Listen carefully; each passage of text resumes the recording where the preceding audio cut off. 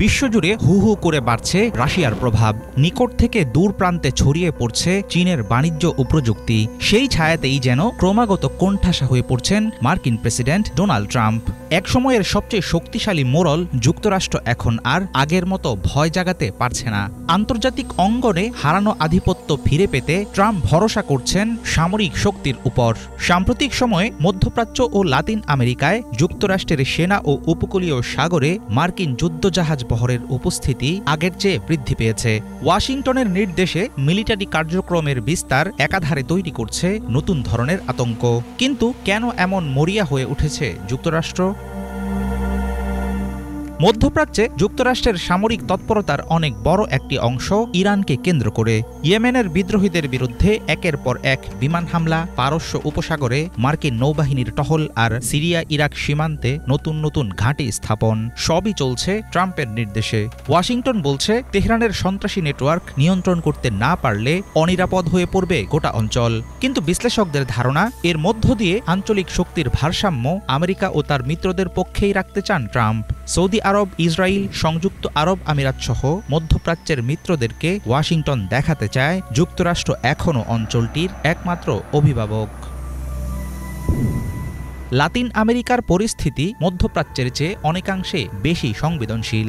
Venezuela উপকূলে এবং ক্যারিবীয় সাগরে মার্কিন যুদ্ধজাহাজের টহল দিন দিন ঘন হচ্ছে। মাদক চোরাচালান ও মানব পাচার দমনের খোরা অজুহাতে ইচ্ছামতো অভিযান চালাচ্ছে মার্কিন নৌবাহিনী। কিন্তু এর পেছনে রয়েছে গভীর এক ছক।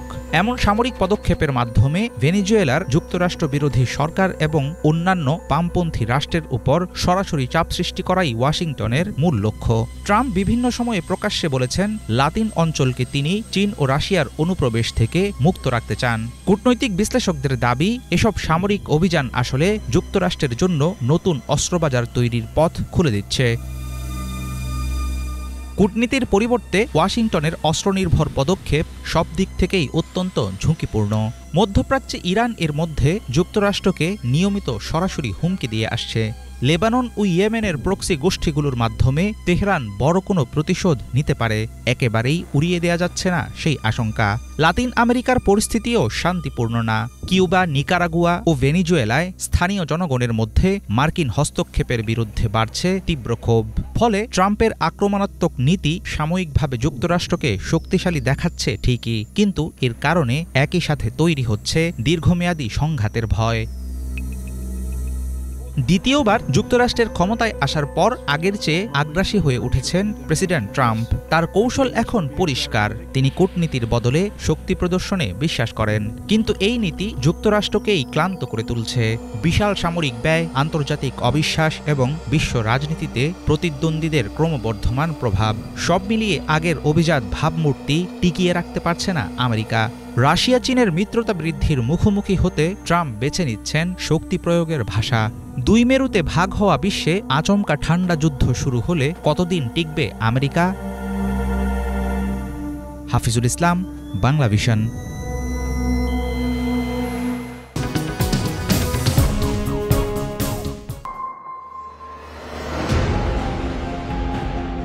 প্রথমে 5.7 মাত্রা, 24 ঘন্টা না পেরোতেই 3.3 মাত্রা। রাজধানী ঢাকার খুব কাছেই হয়ে গেল পরপর 2টি ভূমিকম্প। বিগত কয়েক বছর ধরে বাংলাদেশে অনুভূত হয়েছে বেশ কয়েকটি মাঝারি আকৃতির ভূমিকম্প।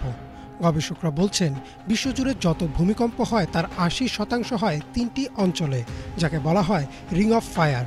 আর এই রিং অফ ফায়ারে রয়েছে বাংলাদেশও। তাহলে কি 1960 সালের চিলির 9.5 মাত্রার ভূমিকম্পের মতো এদেশেও আসবে কোনো মহাবিপর্যয়? বাইরে থেকে দেখলে মনে হবে পৃথিবী একটি শান্ত জায়গা, যেখানে আছে গাছপালা, নদ নদী বা পাহাড়। কিন্তু একটু গভীরভাবে দেখলে বোঝা যাবে এই নদ নদী বা পাহাড় আসলে পৃথিবীর বুকে এক একটা ক্ষতচিহ্ন। প্রতিটি ক্ষতচিহ্ন এক একটি গল্প বলে, যে গল্পের মূলে রয়েছে হঠাৎ জীবন্ত হয়ে ওঠা পৃথিবী। 7টি মহাদেশে কম বেশি ভূমিকম্পের রেকর্ড রয়েছে, তবে একটু খেয়াল করলে দেখা যাবে বেশিরভাগ ভূমিকম্প হয় সাধারণত 3টি অঞ্চলে: মধ্য আটলান্টিক রিজ, আলপাইড বেল্ট আর সার্কাম প্যাসিফিক বেল্ট, যাকে রিং অফ ফায়ারও বলা হয়। দেখা গেছে বিশ্বের প্রায় 80% ভূমিকম্পই এই 3টি অঞ্চলে হয়। এর কারণ অনুসন্ধান করতে গেলে তাকাতে হবে এই 3 অঞ্চলের মাটির নিচে। রিং অফ ফায়ার অঞ্চলের মাটির নিচে যাওয়ার আগে জেনে নেই ভূমিকম্প কি। আমাদের পৃথিবী মূলত 4টি স্তরে বিভক্ত। একদম কেন্দ্রে রয়েছে আন্তঃকেন্দ্র, তার উপর বহিকেন্দ্র, এরপর ম্যান্টাল, আর একেবারে বাইরে রয়েছে ক্রাস্ট বা ভূত্বক। ভূমিকম্প মূলত এই ক্রাস্টের কারণেই হয়। সহজ ভাষায় বলতে গেলে যখন এই ক্রাস্ট প্রচণ্ড প্রেসার বা চাপ নির্গত করে তখনই কেঁপে ওঠে ভূমি। পৃথিবীর ক্রাস্ট সম্পূর্ণটা একটি আবরণ না, এটি ছোট বড় কিছু খণ্ডে বিভক্ত। দ্য জিওলজিক্যাল সোসাইটির মতে পৃথিবী পৃষ্ঠ 7টি বড় আর 8টি ছোট টুকরা নিয়ে গঠিত। এই টুকরোগুলোকে বলা হয় টেকটনিক প্লেট।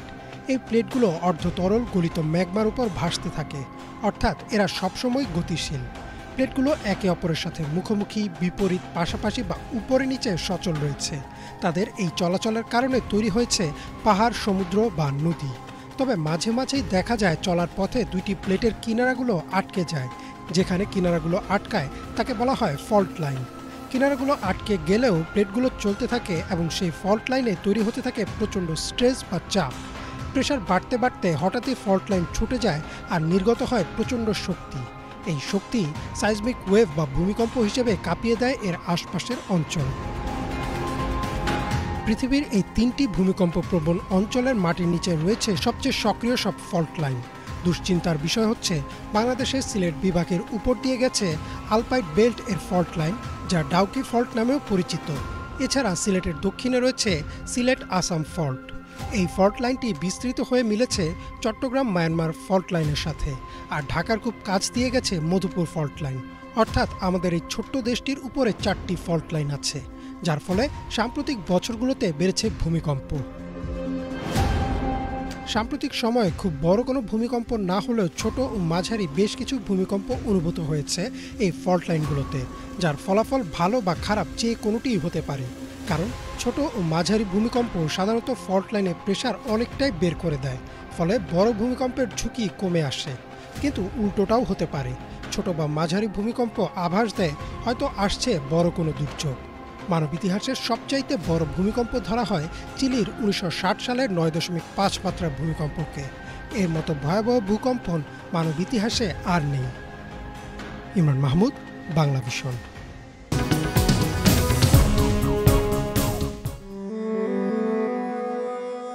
ধ্বংসস্তূপের নিচে চাপা পড়া প্রিয়জনের শেষ চিহ্ন খুঁজে বেড়াচ্ছেন মানুষ।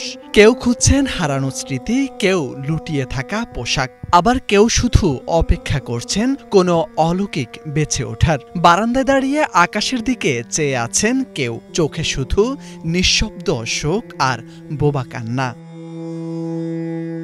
এই দৃশ্যগুলো কোনো যুদ্ধের ফ্রন্ট লাইন নয়, এগুলো গাজার নুসাইরাতের, যেখানে ভঙ্গুর যুদ্ধবিরতির ছায়ায় সবচেয়ে ভয়ঙ্কর রাত কাটানোর পর সাধারণ মানুষ ধ্বংসস্তূপে খুঁজে বেড়াচ্ছেন প্রিয়জনের শেষ স্মৃতিচিহ্ন।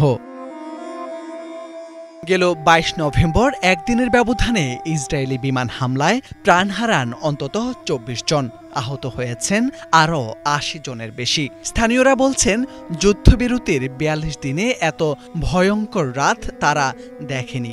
বিস্ময়করভাবে সবচেয়ে বিপর্যয়কর রাত বলছে ইসরায়েলি গণমাধ্যম টাইমস অব ইসরায়েলও, যা ইঙ্গিত করে মধ্যপ্রাচ্যের বাইরেও এই বর্বরতা নজর এড়ায়নি।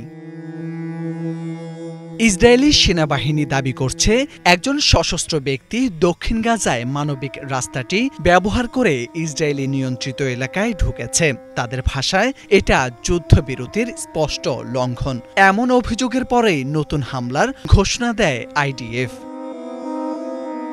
কিন্তু ফিলিস্তিনির স্বাধীনতাকামী সংগঠন পাল্টা দাবি করে বলছে এটি মিথ্যা অভিযোগ এবং হত্যা চালানোর অজুহাত। তারা যুদ্ধবিরতি কার্যকর রাখতেই আন্তর্জাতিক হস্তক্ষেপের আহ্বান জানিয়েছেন। গাজার সিভিল ডিফেন্স বলছে যুদ্ধবিরতির পর থেকে এখনো পর্যন্ত ইসরায়েল অন্তত 3 শতাধিক ফিলিস্তিনিকে হত্যা করেছে, আহত করেছে 800 জনকে। বিশ্লেষকদের মতে এটি এখন আর যুদ্ধবিরতি নয়, বরং নিয়ন্ত্রিত হামলার বিরতিহীন চক্র, যেখানে প্রতিটি ঘণ্টা পরবর্তী আঘাতের অনিশ্চয়তায় দাঁড়িয়ে থাকে। লক্ষ্যবস্তু হয়েছে দক্ষিণ গাজা, মধ্য গাজা, রেমাল দের আল বালা, এমনকি নুসাইরাত শরণার্থী শিবিরেও, যে এলাকা যুদ্ধবিরতির কারণে তুলনামূলক নিরাপদ বলে মনে করা হচ্ছিল। সেখানেই সবচেয়ে বেশি লাশ উঠেছে সে রাতে, এমনটাই বলছেন গাজার বাসিন্দারা। আমি বাড়িতে বসেছিলাম, হঠাৎ জানলাম প্রতিবেশীর ঘর উড়ে গেছে। কাকে প্রথমে উদ্ধার করব সিদ্ধান্তই নিতে পারিনি। সবকিছু যেন এক ঝটকায় শেষ হয়ে গেল। এই যুদ্ধবিরতির মানে কি? যদি প্রতিদিনই মৃত্যু নামে? এলাকাটি তুলনামূলক নিরাপদ বলে মনে করা হচ্ছিল। এখন এখানে সবচেয়ে বেশি প্রাণ ঝরেছে। আল্লাহর সাহায্য আর বিশ্ব মুসলিমদের হস্তক্ষেপের জন্য অপেক্ষা করছি। গাজা এখন দাঁড়িয়ে রয়েছে অন্তহীন অনিশ্চয়তার সামনে, যেখানে শান্তি, অস্ত্রবিরতি আর হামলার মাঝের সীমারেখা প্রতিদিনই আরও বেশি ঝাপসা হয়ে যাচ্ছে। মোর্শেদ আলম, বাংলা ভিশন।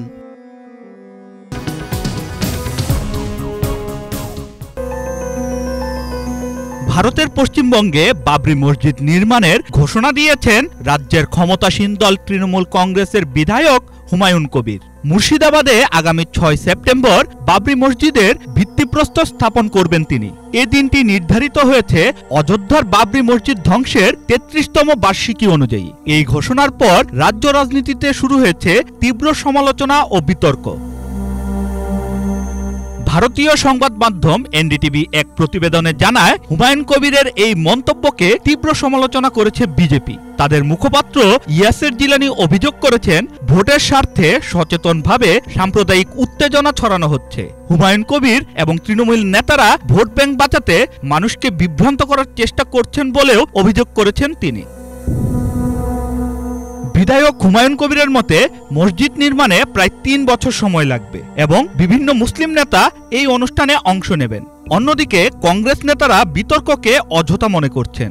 কংগ্রেস নেতা সন্দীপ দীক্ষিত বলেন, যদি কেউ মসজিদ তৈরি করতে চায় এতে বিতর্কের কিছু নেই। বাবরের সঙ্গে সরাসরি কোনো সম্পর্ক নেই। সংসদ সদস্য সুরেন্দ্র রাজপুত যোগ করেন, যে কেউ মসজিদ, মন্দির, গুরুদ্বার বা চার্চ নির্মাণ করতে পারে, এটি তাদের অধিকার। বিতর্ক তৈরি করা ঠিক নয়। এই ঘটনায় ধর্মীয় মহল থেকেও ব্যাখ্যা এসেছে। অল ইন্ডিয়া ইমাম অ্যাসোসিয়েশনের প্রধান মাওলানা সাজিদ রাশিদি জানান, যে স্থানে একবার মসজিদ তৈরি হয় তা কিয়ামত পর্যন্ত মসজিদ হিসেবে থাকে। ভারতে বাবরি মসজিদের নামে শত শত মসজিদ থাকলেও অযোধ্যার আসল বাবরি মসজিদের গুরুত্ব কখনো কমবে না। এই ঘোষণার পর পশ্চিমবঙ্গ রাজ্যে রাজনৈতিক ও ধর্মীয় বিতর্ক নতুন মাত্রা পেয়েছে। বিশেষজ্ঞরা মনে করছেন, আগামী দিনে এই ঘটনা রাজ্যের রাজনৈতিক এবং সামাজিক পরিস্থিতিতে গুরুত্বপূর্ণ প্রভাব ফেলতে পারে। শাহরিয়ামান সানি, বাংলা ভিশন। এবছর ভারতের জাতীয় শিক্ষা বিষয়ক গবেষণা ও প্রশিক্ষণ কাউন্সিল এনসিইআরটি নতুন যে পাঠ্যপুস্তক ছাপিয়েছে সেখানে মোগল সম্রাট আকবর ও মহীশূরের শাসক টিপু সুলতানের নাম থেকে গ্রেট পদবি বাদ দেওয়া হয়েছে। এ নিয়ে ব্যাপক বিতর্ক ছড়িয়ে পড়েছে বিজেপি ও কংগ্রেসের মধ্যে। কংগ্রেস নেতাদের অভিযোগ, ক্ষমতাসীন বিজেপি সরকার নিজেদের রাজনৈতিক মতাদর্শ অনুসারে দেশের ইতিহাসকে মেলাতে গিয়ে ভারতের ইতিহাসকে বদলে দিচ্ছে। বিশেষ করে মোগল শাসকদের প্রতি নরেন্দ্র মোদী সরকারের বিরাগের প্রতি ইঙ্গিত করেছে কংগ্রেস। অন্যদিকে এর প্রতিক্রিয়ায় বিজেপি ও রাষ্ট্রীয় স্বয়ংসেবক সংঘ আরএসএস বলছে, দীর্ঘদিন ধরে এসব সংশোধনের প্রয়োজন ছিল।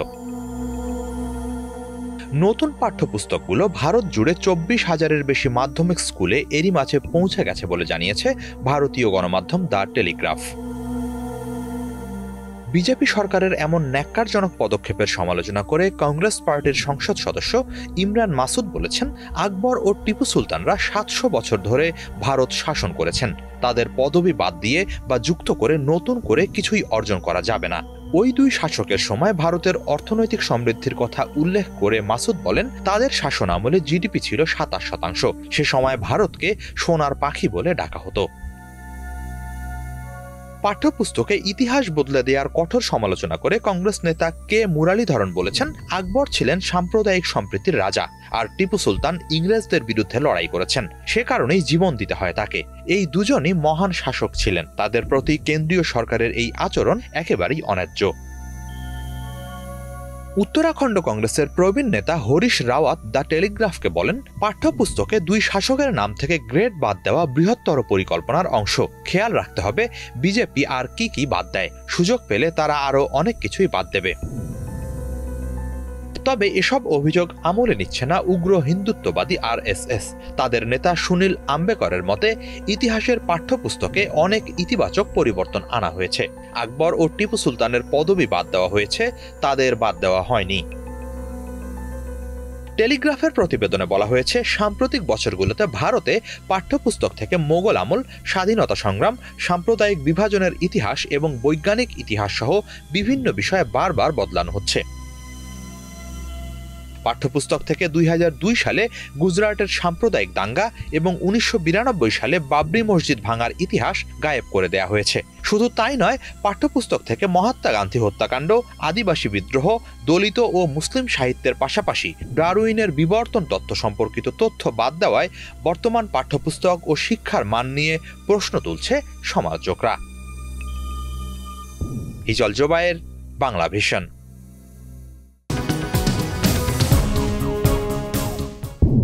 কানে ধরে ক্ষমা চাইতে দেখা যাচ্ছে 3 জন শিক্ষার্থীকে। অপরাধ, তারা ফাঁকা ক্লাসরুমে নামাজ আদায় করেছেন। ঘটনাটি ঘটেছে ভারতের মহারাষ্ট্র রাজ্যের কল্যাণ শহরের আইডিয়াল কলেজে। বিভিন্ন গণমাধ্যম সূত্রে জানা যায়, কলেজে কোনো নামাজের স্থান না থাকায় ফার্মাসি বিভাগের শিক্ষার্থীরা একটি ফাঁকা ক্লাসরুমে নিরিবিলি নামাজ আদায় করছিলেন। সেই ঘটনার ভিডিও ধারণ করে ছড়িয়ে দেওয়া হয় সামাজিক মাধ্যমে, আর এরপরেই চরম হেনস্থার শিকার হতে হয় তাদের। ঘটনাটি আবারও উদ্বেগ তৈরি করেছে সেখানে মুসলিম সংখ্যালঘুরা কতটা বৈষম্য ও ভয় নিয়ে জীবনযাপন করেন। দ্য হিন্দুতে প্রকাশিত সংবাদ অনুযায়ী, ভিডিও ছড়িয়ে পড়ার পর উগ্র হিন্দু সংগঠন বিশ্ব হিন্দু পরিষদ বা ভিএইচপি এবং বাজরাং দল কলেজ প্রশাসনের উপর চাপ সৃষ্টি করে যেন ছাত্রদের শাস্তি দেওয়া হয়। ফলে কলেজ কর্তৃপক্ষ 3 শিক্ষার্থীকে কানে ধরিয়ে জনসমক্ষে ক্ষমা চাইতে বাধ্য করেন। এ সময় সংগঠনের কর্মীদের জয় শ্রীরাম স্লোগান দিতেও দেখা যায়। যদিও পরিস্থিতি সহিংসতায় রূপ নেওয়ার আগেই নিয়ন্ত্রণ নেয় মহারাষ্ট্র পুলিশ। এনডিটিভিতে প্রচারিত প্রতিবেদনে বলা হয়, ছাত্ররা স্পষ্ট জানায় তারা কারো ধর্মীয় অনুভূতিতে আঘাত করেনি, বরং নামাজের নির্দিষ্ট সময় হওয়ায় তাদের বাধ্য হয়েই শ্রেণীকক্ষে নামাজ আদায় করতে হয়েছিল। কলেজে মুসলিমদের জন্য কোনো প্রার্থনার স্থান নেই, এটিও তারা উল্লেখ করেন। ঘটনার পর মুসলিম অধিকার কর্মী ও আইনজীবীরা কলেজের বিরুদ্ধে আইনি নোটিশ পাঠায় বলে জানিয়েছে হিন্দুস্তান টাইমস। তাদের দাবি, ভারতের সংবিধানে ধর্মীয় স্বাধীনতা সুরক্ষিত, তাই নামাজ পড়া কোনো অপরাধ নয়, বরং ছাত্রদের প্রকাশ্যে অপমান করা সাংবিধানিক অধিকার লঙ্ঘন। ফ্রি প্রেস জার্নালে প্রকাশিত তথ্যে জানা যায়, বিষয়টি নিয়ে অভিযোগ করার প্রস্তুতি নেওয়া হলেও পুলিশ এখনও কোনো মামলা গ্রহণ করেনি। ফলে প্রশ্ন উঠেছে, আইন কি সবার জন্য সমান নাকি কেবল সংখ্যাগরিষ্ঠদের জন্য? সামাজিক মাধ্যমে অনেকেই বলছেন, ঘটনাটি শুধু একটি কলেজের 3 জন ছাত্রকে নিয়ে নয়, বরং এটি ভারতের মুসলিম সংখ্যালঘুদের বাস্তবতা, যেখানে নামাজ পড়ার মতো স্বাভাবিক ধর্মীয় অনুশীলনকেও অপরাধ বানানোর প্রবণতা বাড়ছে। অথচ একই সময়ে ভারতের কিছু গণমাধ্যম প্রতিবেশী দেশগুলোকে ধর্মীয় অসহিষ্ণুতার অভিযোগ তোলে। পরিস্থিতি আজ এমন যে, তথাকথিত সেকুলার ভারতে মুসলিমদের ধর্মীয় পরিচয় একটি সাধারণ অধিকার নয়, বরং এক ধরনের ঝুঁকি। ইমরান মাহমুদ, বাংলা ভিশন।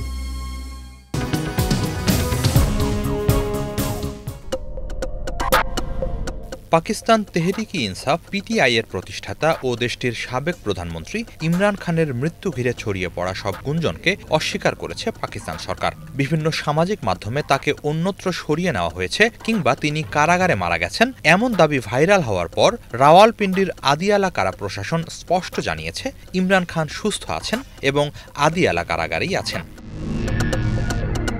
২৬ নভেম্বর থেকে বিভিন্ন মাধ্যমে ছড়াতে শুরু করে ইমরান খানের মৃত্যুর গুঞ্জন। বোনেরা তাকে দেখতে গেলে অনুমতি না পাওয়ায় পরিস্থিতি আরও সন্দেহজনক হয়ে ওঠে। একই সঙ্গে কারাগারের বাইরে ইমরান খানের বোন ও সমর্থকদের ওপর নিরাপত্তা বাহিনীর হামলার অভিযোগ ঘিরে সোশ্যাল মিডিয়ায় সমালোচনার ঝড় বইতে থাকে। এসবের মধ্যেই সামাজিক মাধ্যমের অনেক অ্যাকাউন্ট থেকে দাবি করা হয় কারাবন্দী অবস্থায় ইমরান খানের মৃত্যু হয়েছে। মুহূর্তেই দাবানলের মতো ছড়িয়ে পড়ে সেই গুঞ্জন, যা তার সমর্থকদের মধ্যে প্রবল উদ্বেগ উৎকণ্ঠা সৃষ্টি করে এবং বিভিন্ন জায়গায় উত্তেজনা ছড়িয়ে পড়ে। এই প্রেক্ষাপটে কারা কর্তৃপক্ষ এক বিবৃতিতে জানিয়েছে, ইমরান খানকে কারাগার থেকে সরিয়ে নেওয়ার খবর পুরোপুরি মিথ্যা ও ভুয়া। তার মৃত্যুর খবরকে গুজব অভিহিত করে তারা আরও জানায়, ইমরান খান সুস্থ আছেন এবং প্রয়োজনীয় চিকিৎসা পাচ্ছেন। তার অসুস্থতা সংক্রান্ত যে কোনো তথ্যই ভিত্তিহীন। ইমরান খানের মৃত্যুর গুজব উড়িয়ে দিয়ে পাকিস্তানের প্রতিরক্ষা মন্ত্রী খাজা আসিফ দাবি করেছেন, জেলে ইমরান খান খুবই আরামদায়ক পরিবেশে আছেন। তার ভাষায়, ইমরান খানের জন্য যে ধরনের খাবার সরবরাহ করা হয় তা অনেক 5 তারা হোটেলেও সহজে মেলে না। ইমরান খানের সেলে টেলিভিশন আছে এবং তিনি ইচ্ছামতো যে কোনো চ্যানেল দেখার সুযোগ পাচ্ছেন। এসবই নয়, ব্যায়ামের জন্য বিশেষ যন্ত্রপাতিও তার সেলে রাখা আছে বলে দাবি করেন খাজা আসিফ।